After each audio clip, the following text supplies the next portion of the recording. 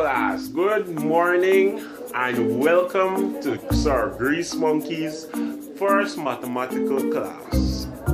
Now, let's start with some numbers. Alright, could someone please tell me what does 4 multiplied by 4 equals to? Sir, I definitely know the one.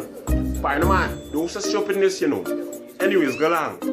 Sir, the answer is 16.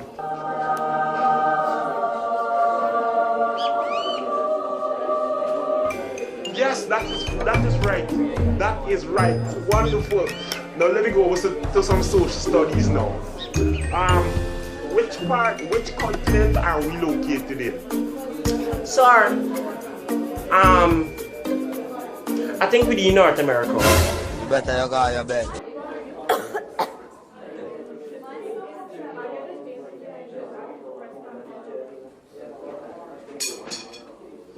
Alright. We're gonna deal with this the easy way. Right? I'm gonna take an answer from one more person. One more. Now, listen to this question carefully, children. Right? If, right, I have 2 fingers, I take away 1, right? How much finger will I leave with?